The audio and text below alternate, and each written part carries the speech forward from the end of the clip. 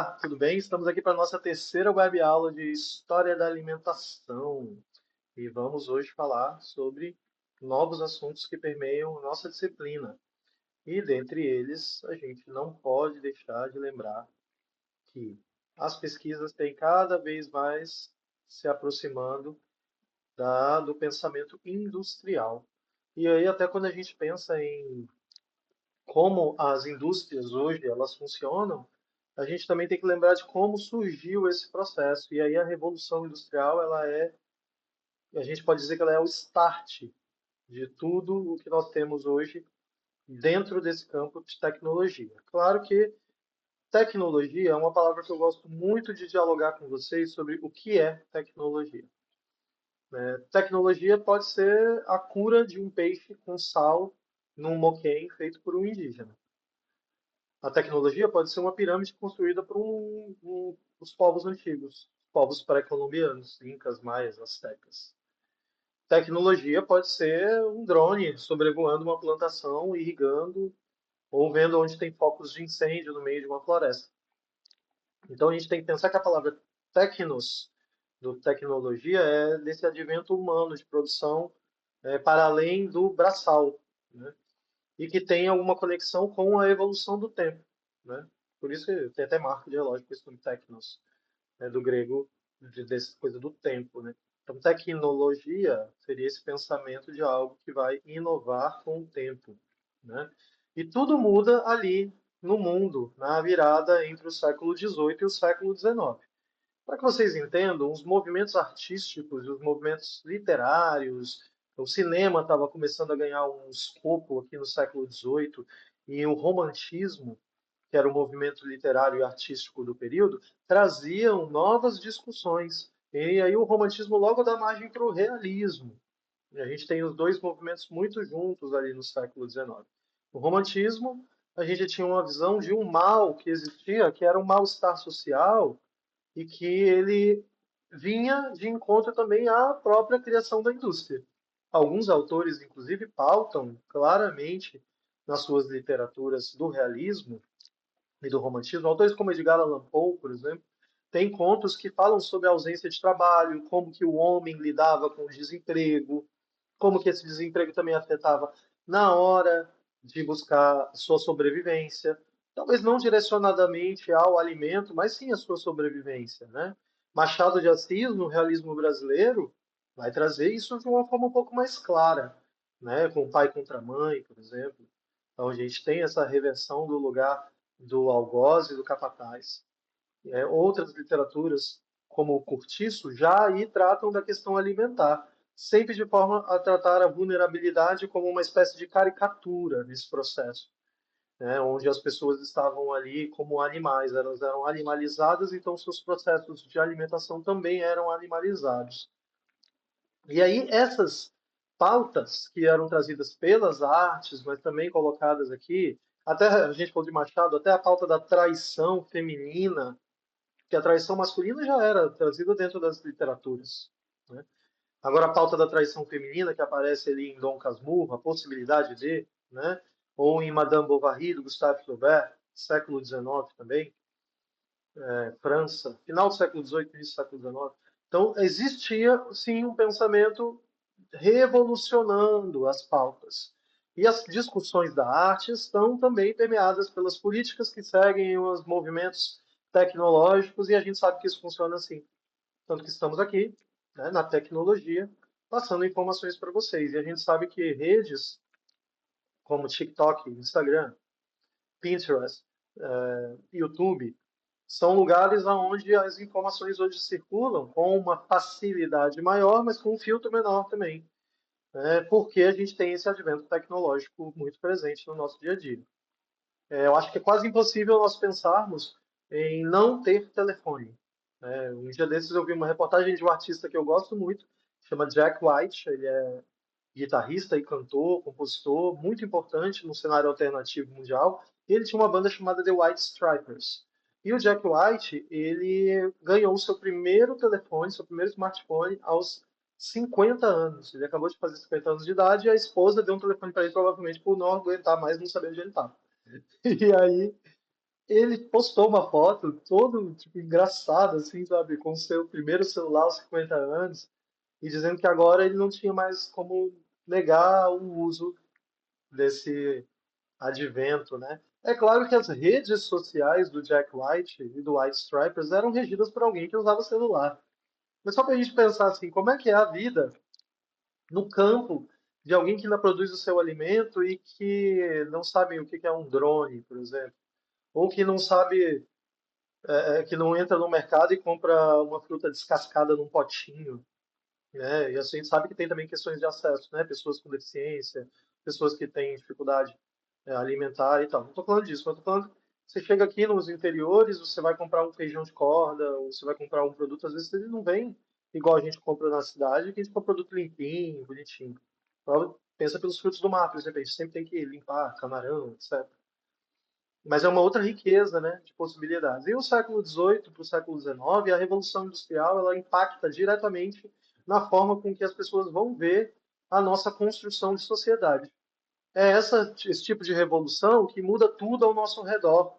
Eu vou dizer para vocês que a pandemia ela foi um tipo de revolução, depois, sem colocar aqui o advento das mortes, que é terrível, e da forma com que muitas pessoas foram tratadas durante esse período, e a medicina também precisou correr, fazer uma corrida tecnológica para isso, mas o pós-pandemia é uma outra revolução, inclusive no uso das tecnologias. Ora, durante a pandemia, a gente comia e consumia muito mais pelo telefone. A gente pegava nosso smartphone aqui, né, e abria um iFood, e o iFood tem um mundo ali, né, um cardápio imenso. O que que eu quero comer?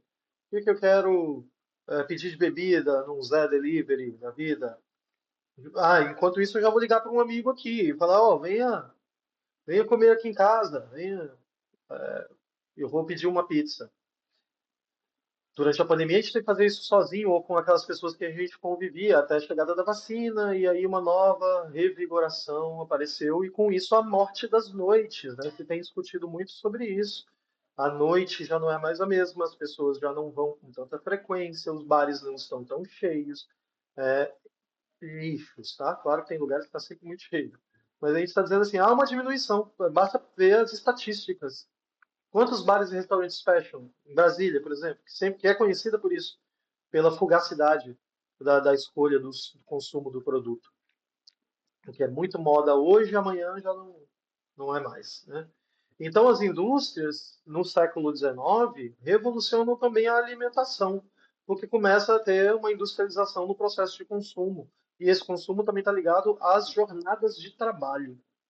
Eu tenho alimentos enlatados que podem atender essas longas jornadas de trabalho dessas pessoas que estão indo para as fábricas, para as indústrias.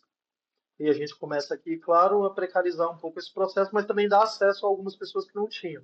Porque, gente, quando a gente fala precarização, a gente está pensando no melhor cenário, onde eu posso ir ao mercado, ao hortifruti e comprar o que eu quero. Isso não é possível para todos, sabemos disso, não preciso ficar repetindo.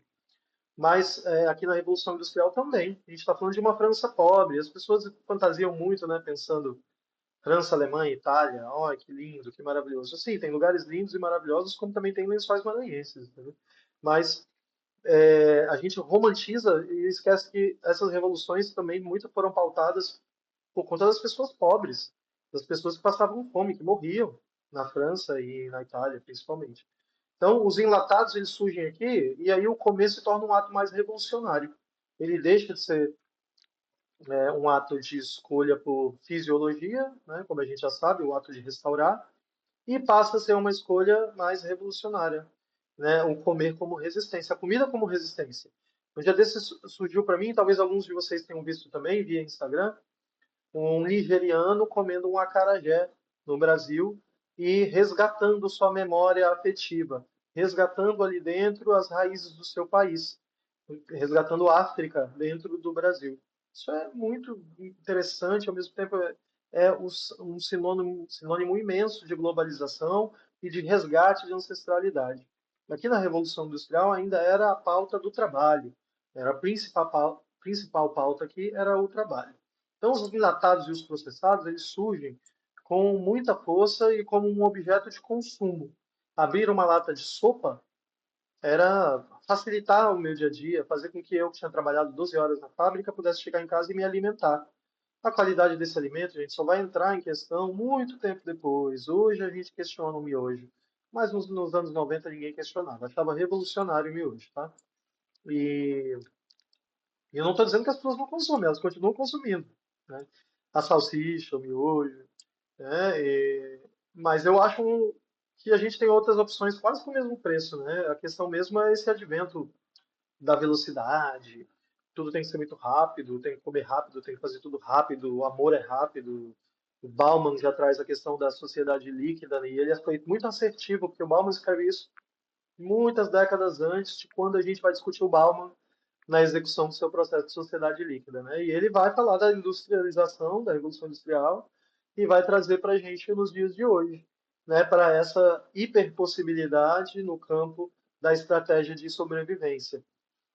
Outros filósofos também, como Byung-Chul Han, coreano, vão falar sobre a sociedade atual como uma sociedade já cansada e que a nossa própria escolha alimentar, escolha de amor, escolha de música, de processo, acabam sendo uma escolha mais cansada, no sentido, vou escolher logo esse aqui mesmo porque não vai me dar trabalho. Gente, isso tudo tem a ver com os processos de hiperindustrialização que começam no século XIX e vão ganhando, vão arrancando seus espaços até hoje. E bem, né, o surgimento de fábricas de processamento de alimentos, né, como moinhos de farinha, fábricas de conserva, facilitou muito o acesso a alimentos mais duráveis e práticos. Prático não significa que ele é bom, né? Mas é também, enfim. Então, beneficiar a farinha de trigo e conseguir ensacá-la e guardá-la, eu botei ela por mais tempo. Então, sim, a Revolução Industrial, gente, os adventos tecnológicos não têm volta, né? Criação de novas moedas, a moeda digital. Olha, aqui em Jericoacoara tem lugares que aceitam criptomoeda como pagamento.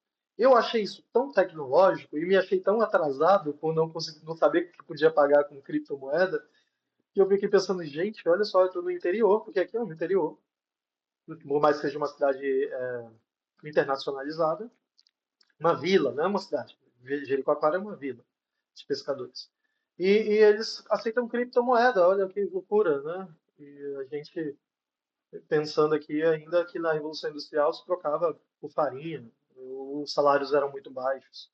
E quando o funcionário ganhava algum alimento, ele era um benefício grande. E esse processo, é claro, que torna os alimentos com maior durabilidade, assim como o processo de cura que os povos antigos faziam com a salga, com a fermentação. Os orientais fazem muitas fermentações, como o kimchi, né? Que é um fermentado a partir da selga, também feito com repolho e outras coisas. Isso que é feito embaixo da terra, muitas vezes, e aí você conserva aquele produto por mais tempo e ele tem outros fatores probióticos que são importantes. Aqui no século XIX a gente começa a industrializar, guardar sardinhas, molhos, sopas, cremes, e outros produtos como atum, por exemplo, vão ser enlatados. Essas latinhas que a gente conhece, que a gente abre na chavinha ou a gente puxa, são aí do século XIX. E isso revoluciona, obviamente, a indústria do consumo. A gente vai no mercado e compra a sardinha, que pode ficar no meu armário e eu comer o ano inteiro, inclusive no período que não tem na safra.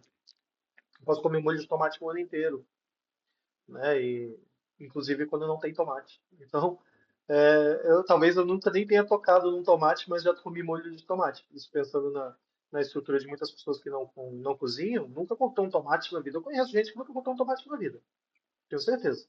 Não sabe tão difícil que é cortar um tomate. Por conta do licopeno, né, a gordura do tomate, a gente para cortar ali é um ótimo teste de cozinha. Muita gente nunca cortou, só sabe que a cebola pode chorar porque uma vez sentiu um cheiro de uma vinagrete. E tudo certo, cada pessoa tem as suas tecnologias, falando de novo aqui da palavra tecnologia, né? Mas, como humanos funcionais, a gente já viu um tomate na vida ali. E abriu uma lata de tomate pelado e colocou no seu molho, fez uma bolonhesa maravilhosa. Ou comprou a bolonhesa já na lata, aí já não me responsabilizo, né, por esse produto. Mas é o advento da tecnologia que vai transformar isso. Mudanças radicais acontecem com a chegada de novas tecnologias e isso é inevitável. Vejam o que está acontecendo hoje com a inteligência artificial. Talvez daqui a 10, 15 anos a gente vai falar sobre uma outra coisa e a gente vai ter superado a inteligência artificial. E eu nem estou falando do chat GPT, que já é coisa antiga, antiga entre aspas, mas já não é muito a questão, é mais o VO3, né?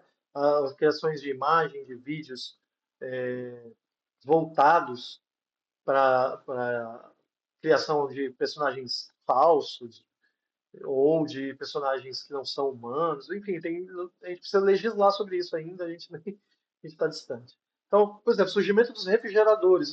Todos nós, eu acredito que todos nós aqui, nascemos na geração da geladeira. Talvez possa ter algum aluno que não tinha geladeira em casa, e eu queria muito ouvir essa história, inclusive. Ou que ia para algum lugar, eu, por exemplo, na casa da minha avó não tinha, na Bahia, no interior da Bahia, porque não tinha eletricidade, portanto não tinha refrigerador. Perto, a coisa de 1,5 km a pé, tinha uma vizinha que tinha um refrigerador. Então a gente guardava carnes.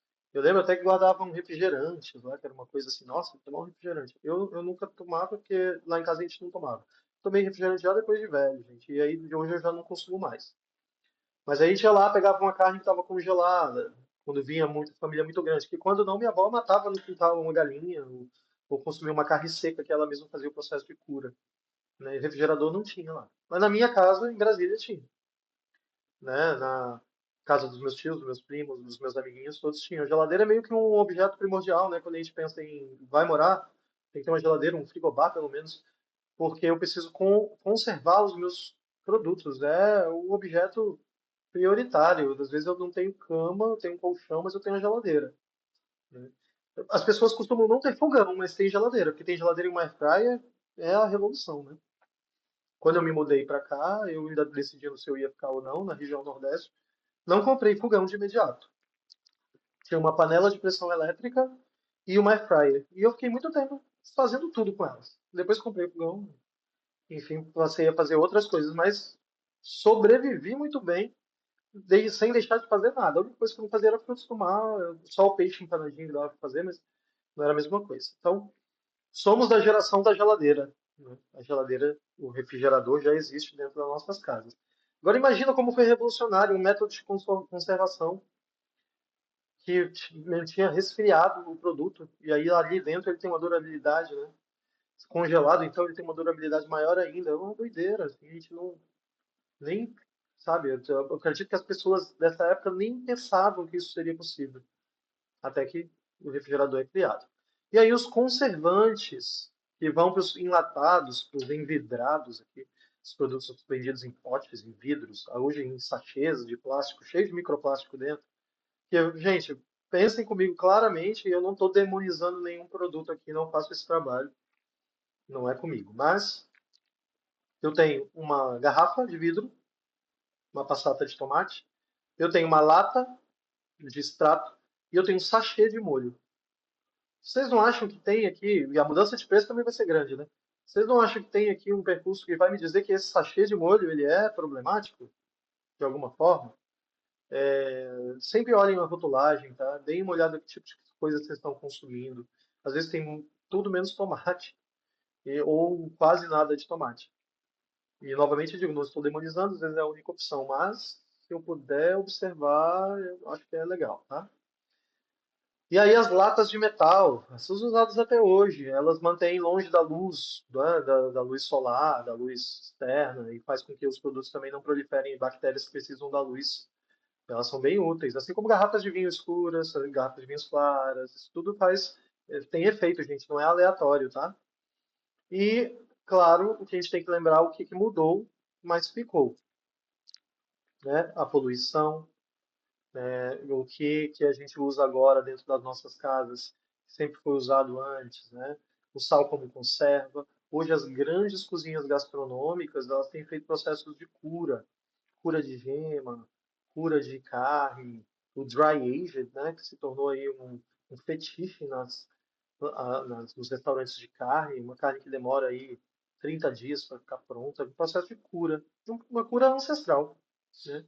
Mais do que o processo de revolução de indústrias, de criação desse processo de enlatados, de alimentos conservados, traz para a gente, também traz poluição, também traz maiores riscos à saúde.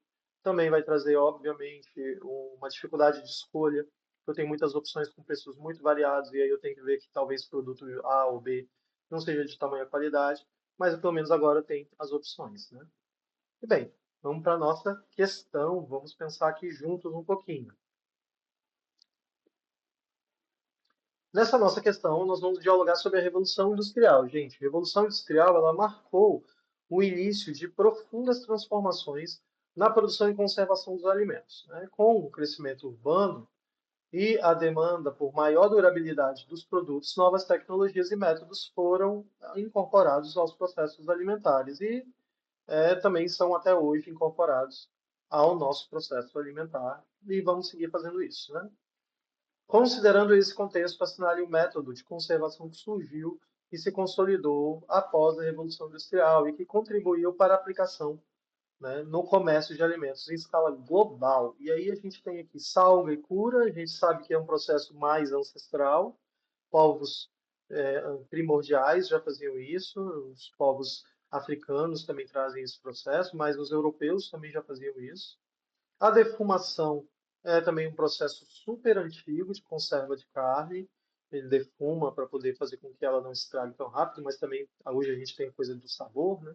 A gente compreende que muda tudo. Carne de sol também não é, porque não é esse processo que mudou tudo, mas a pasteurização sim, né? Que é esse processo de higienização do produto, de retirada das bactérias, a super aquecimento e resfriamento, né? Pasteur, que é a pessoa responsável, né? O cientista responsável pela criação do processo de pasteurização, né? A gente pega a nossa caixinha de leite, ele vai ver UHT, Ultra High Temperature, que vai fazer o seguinte, vai levar esse leite a uma temperatura muito alta, muito rápido, e depois vai resfriar, eliminando assim até 99, papapá, bactérias possíveis que possam ou estragar esse leite ou fazerem mal ao ser humano.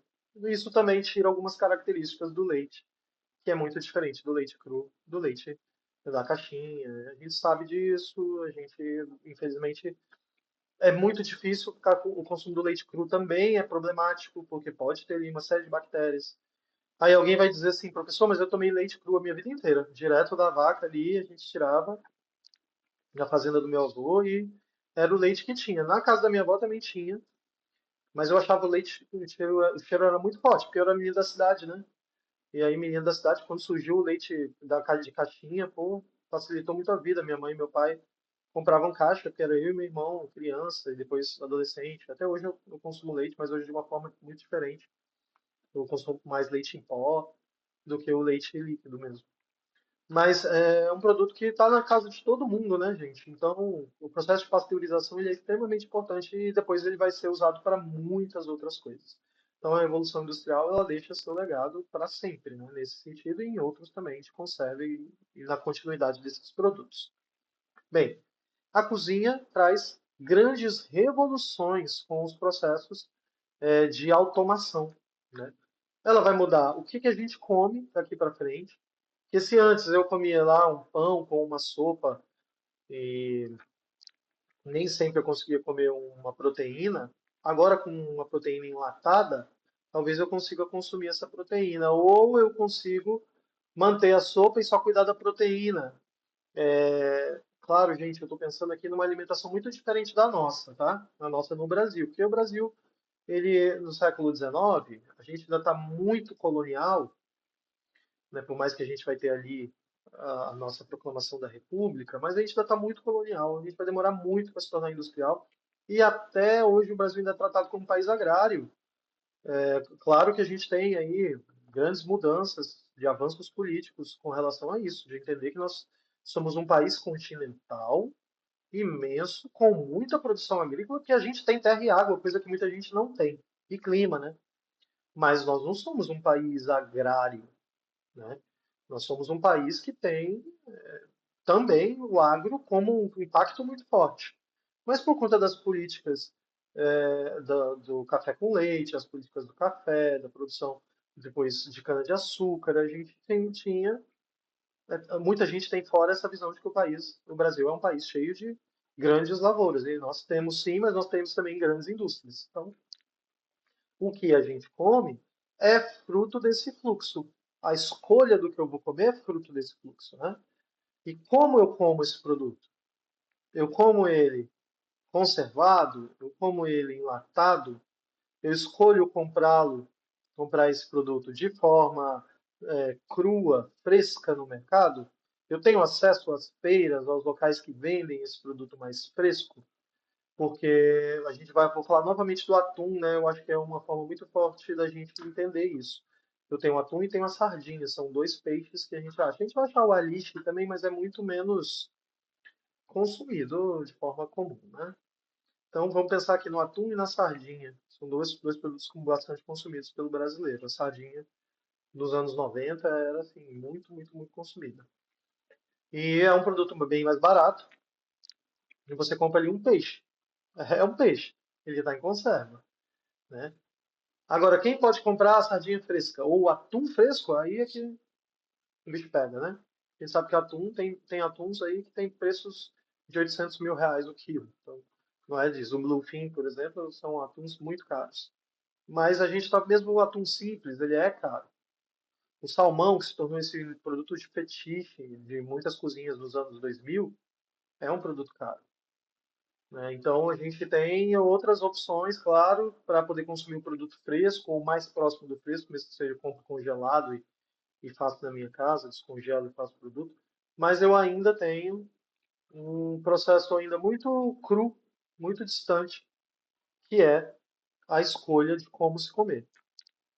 Quando eu estou falando principalmente das pessoas que trabalham fora de casa, o que que elas optam por comer? Elas comem marmitas, elas trazem comida pronta, elas compram um congelado, a famosa lasanha de papel, né? Lasanha de isopor, que a gente fala brincando, mas muita gente faz esse tipo de consumo, ou coloca ali no micro-ondas e, gente, como é que pode a gente pensar, né? Não dá para pensar em natural, que é uma coisa natural, né? Massa, derivados de leite, carne bovina, gorduras, isso tudo no micro-ondas ali, que pode ficar congelado por anos, natural não é. Não estou falando que é bom ou ruim ou que não vai te alimentar. Natural não é.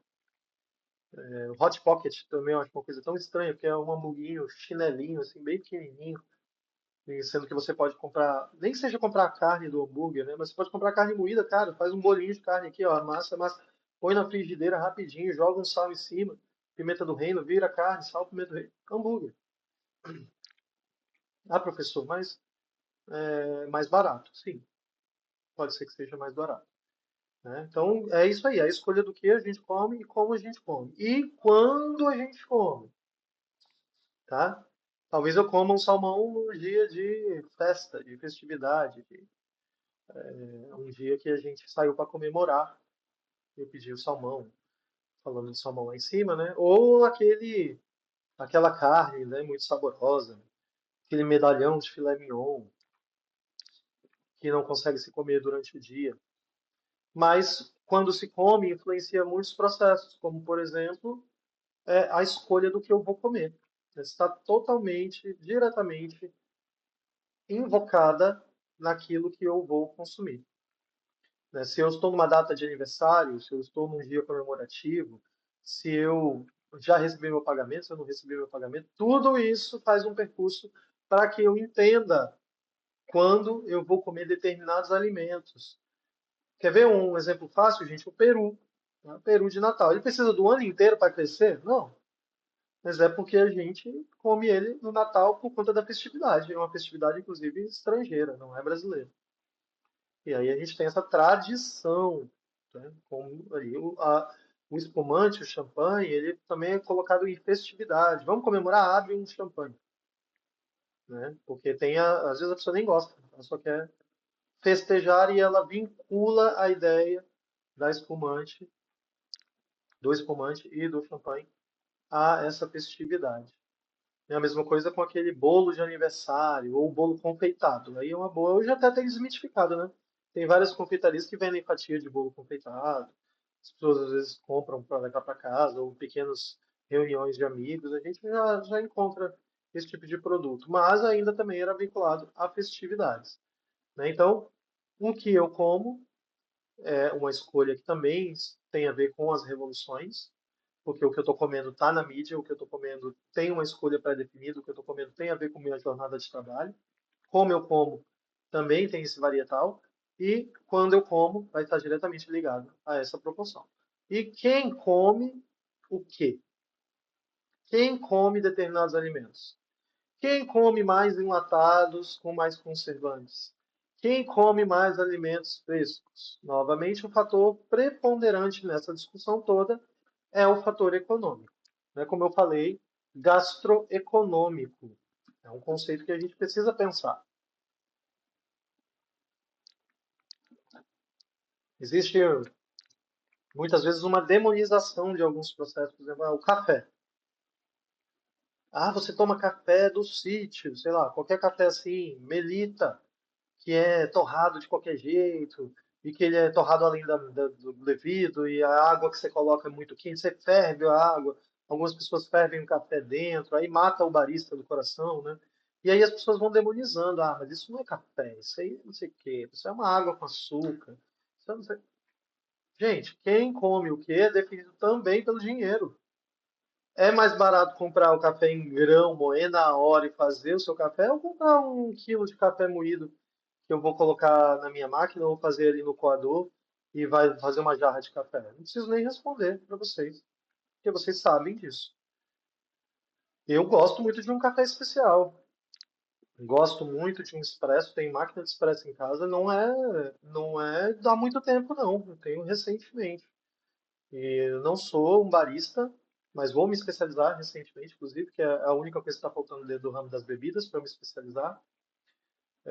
Mas tenho um bom conhecimento, um vasto conhecimento de café, de aromas, de sabores, por conta da enologia. Mas eu penso assim que o consumo do café em grão ele tem muitos benefícios, né, principalmente pela forma com que a gente vai adquirir esse produto, talvez de uma produção local. Mas, gente, vamos ser realistas, tá? Quem vai entrar num acervo café em Brasília e pedir um geisha de R$ 25 que vem 100 ml? Alguém que está fazendo uma coffee experience, alguém que está fazendo uma experiência de cafeteria, que não é o café do dia a dia, do bom dia, cafezão, café da repartição. Não é. Então a gente precisa ser realista, né? Quem come o quê, quem bebe o quê, quem consome o quê, né? Quando o McDonald's passa a ter Mac Café, no Brasil, que nos Estados Unidos já tinha muito tempo. E aí ele vende um pão com ovo e o queijo quente. E o queijo quente é bem gostoso, inclusive. E esse com ovo e egg bacon, sei lá, uma coisa assim. É gostoso também, porque é uma gordurinha pura, a gente come. E aquele café horrível, aquele café realmente é muito ruim, que é o café de máquina, né? Mas aí você sai do restaurante universitário na Universidade de Brasília, tem um cafezinho lá pra você, que é um chá de açúcar com café. E, cara, aí eu vou ficar assim, ah, esse café aí não é um café. Olha, dentro aqui da gastronomia, a gente vai falar sim sobre isso. É nossa obrigação. Nós vamos falar sobre café. Se eu vou montar uma lanchonete, se eu vou montar um bistrô, eu vou oferecer um café um pouco melhor. Se eu estou montando um cardápio para um cliente, eu vou oferecer um café melhor, uma bebida melhor, um gin premium, uma cachaça de carta ouro. Mas se eu estou pensando no meu dia a dia, quem come o quê é definido pelo tempo que eu tenho, pela praticidade, pelo dinheiro, né? Não é definido pelo modismo. E o modismo é uma armadilha muito perigosa, que coloca na cabeça das pessoas, e às vezes na nossa cabeça mesmo, né? Que se eu não estou consumindo determinado produto, eu estou atrasado, né? Que eu ainda não passei por esse processo, que todo mundo está consumindo e eu não estou. Todo mundo já toma café especial, porque de repente todo mundo no TikTok, no Instagram, toma café especial, moe, usa French press. Até pouco tempo eu nem sabia o que era prensa francesa, gente. Falando, e olha que eu sou um estudante de gastronomia, quando eu digo pouco tempo, 15 anos atrás. Vou dar um exemplo para vocês, claro. Quando eu morei a primeira vez fora do Brasil, eu não sabia que era prensa francesa. E isso foi em 2013. Então eu fui descobrir lá, quando eu morei na Austrália. Então, tudo isso determina através das oportunidades, do acesso. A escolha ela não é, sabe, automática, ela não vem da minha identidade. Só, eu gosto de café. Ah, então quer dizer que você tem acesso aos melhores grãos mais selecionados. Não tem, mentiroso, não tem não. Quem tem é quem pode, né? Um quilo de café, um grão de qualidade média, custa por volta dos R$ 150. Já manufaturado para você levar para casa. E você compra em pacotes de 250 gramas por cerca de R$ 40, né? Então, aí você tira. Isso eu tô jogando ali, ó, no baixo, que vai ter coisas muito caras. E isso vai servir para todos os lixos, né? O queijo, o azeite, o vinagre. As pessoas vão deixar de consumir azeite, vão consumir óleo composto, né? Vão sair do azeite para o óleo de girassol, do girassol para canola, da canola para soja. E esses fluxos vêm indo. E tem como ser saudável com todas as faixas de dinheiro, mas a gente está aqui tentando pontuar como é que isso funciona no íntimo. As cozinhas contemporâneas hoje elas mudaram muito desde a Revolução Industrial. E isso é um fator assim, extremamente importante para a nossa condição de trabalho daqui para frente. Vocês que vão encarar cozinhas, tomara que vocês tenham a sorte. Eu ia falar e depois eu pensei em tantas cozinhas que eu já entrei em Brasília para dar consultoria e para trabalhar também, que coitado do cozinheiro. Não era um quinto dessa cozinha aqui, mas aqui a gente tem uma cozinha, ó, como deve ser, né? Ilha quente, essas lâmpadas, esses luminários que vocês estão vendo aí, não é a aesthetic. Não é para dar estética, não. Ela é para aquecer prato que fica ali embaixo esperando o garçom vir buscar, né? E aí a gente tem uma coifa central, ilhas de cocção, né? A gente tem bancadas frias embaixo. Olha que coisa linda de cozinha. Dá vontade de entrar e cozinhar nela. Uma coisa muito gostosa e muito gastronômica, né? E essas são cozinhas muito boas. Aqui no Nordeste eu já vi várias cozinhas com esse padrão de qualidade, que fogem um pouco daquelas cozinhas mais caseiras. E realmente faz toda a diferença, porque aí eu dou acesso a tudo ao meu funcionário e ele consegue preservar melhor e cozinhar melhor os seus alimentos. Bem, uma boa cozinha hoje, ela preza pela praticidade, né? E a organização e os fluxos. E majoritariamente, gente, pela facilidade de limpeza. Por isso, tanto aço inoxidável. Joga água, joga produto, limpa, limpa, limpa, seca mais fácil, tal, não vai estragar. Eu arrasto de um lado, arrasto para o outro. A maioria tem rodinha. Tem tudo, é bem legal as cozinhas que são já funcionais, industrializadas não, pensadas para esse processo massivo de produção de um cozinheiro que passa muito tempo, passa 8 horas, passa 10 horas dentro da cozinha, cozinha quente. As cozinhas já têm ar-condicionado aqui no Nordeste, então, gente, é raro não ter. Os bons restaurantes é raro não ter ar-condicionado dentro da cozinha, porque com ar-condicionado já é muito quente, mas fica mais confortável de trabalhar. Sem ar-condicionado eu não consigo imaginar como é que fica. Então, essa boa cozinha hoje, ela preza por essa praticidade, né? Ela tem que estar com as coisas à mão. O que que elas usam pelo mundo, a gente preza em ter numa cozinha hoje? Aço inoxidável, no máximo de peças possíveis, e de preferência as bancadas frias embaixo, também feitas em aço inoxidável por dentro e por fora, né? As ilhas quentes, as ilhas de cocção, geralmente centralizadas, com coifas centralizadas, que vão, né, exaustar esse esse fluxo de gordura, de fumaça, de odores, tirar de dentro ali, diminuir um pouco o calor da cozinha também, muito importante, tá? E essas bancadas todas multifuncionais, onde nós vamos ter desde utensílios, as tábuas de corte, as facas, o liquidificador, processador, sous vide. Aí é um mundo, né? Gastronomia aí é um mundo que vai depender do tipo de cozinha que eu estou trabalhando. Frio rápido, que é uma maravilha. No CEUB, eu acredito que vocês tenham nas cozinhas frio rápido. E bancada fria, que são esses balcões embaixo, né? O ultra, ou frio rápido, ele é para que a gente acelere alguns processos, né? E são muito importantes. Você precisa produzir algo muito com maior agilidade, precisa branquear um produto, precisa congelar um produto de forma rápida para que ele não perca suas características. Tudo isso a gente vai usar. Às vezes a gente usa nitrogênio líquido também, um pouco mais perigoso de ser usado. E o espaço para o fluxo, a cozinha ampla, vou voltar aqui para vocês verem, né? Ó, eu tenho um espaço aqui bem legal que transitam até duas pessoas por fluxo, que também não é para ficar andando dentro da cozinha, né? Cada um tem a sua função e está ali produzindo. Então, você tem espaços para poder transitar. Os fluxos eles são otimizados aí dentro dessa cozinha. Aço inoxidável, ilha quente, frio rápido, bancada fria. e espaços para os fluxos. Estoque é fora, estoque é um outro lugar, né? E a gente aprende lá em outra disciplina como é que funciona a entrada e saída de fluxo nos estoques. Gente, para finalizar aqui, sempre o nosso roteiro de estudos extras, para quem quiser se aprofundar nesses assuntos, é observar as cozinhas show, que são essas cozinhas abertas, que tem vidro, né? A legislação diz no Brasil que se você quiser entrar na cozinha de qualquer restaurante que você for, eles têm que disponibilizar para você uma touca, um EPI, né? E você tem que entrar, você pode entrar para ver como é que está sendo feita sua comida. Eu digo para vocês, façam essa experiência, ela é constrangedora às vezes, porque às vezes a cozinha não está pronta para isso. No início, muita gente pedia para ir na cozinha ver. Hoje em dia, pouca gente faz. Mas teve uma época que muita gente, porque assim que a legislação saiu, muita gente, né? Ah, eu vou dar uma olhada como é que é essa cozinha, não sei o que e tal. Chegava lá, era um caos.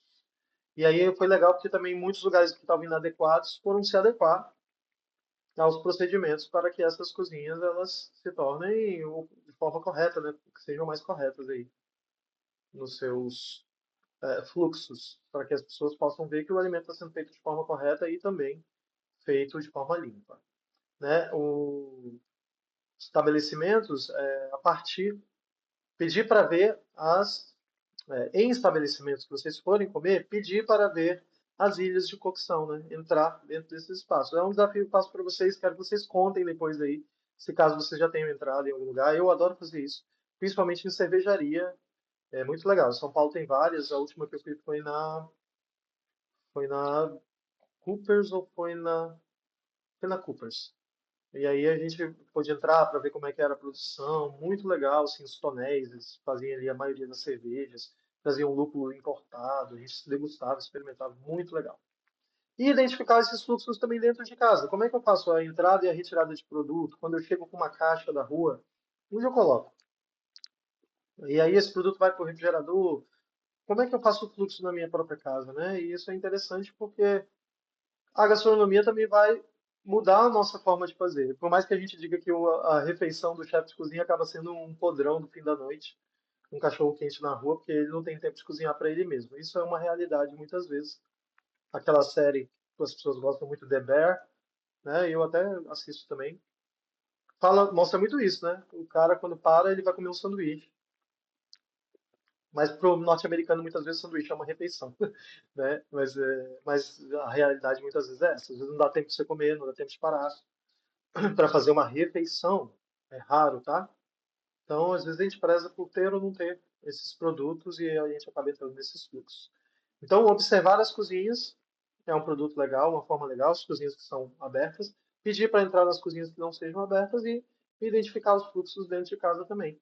Para otimizar e também para poder entender como a alta gastronomia está influenciando no meu dia a dia.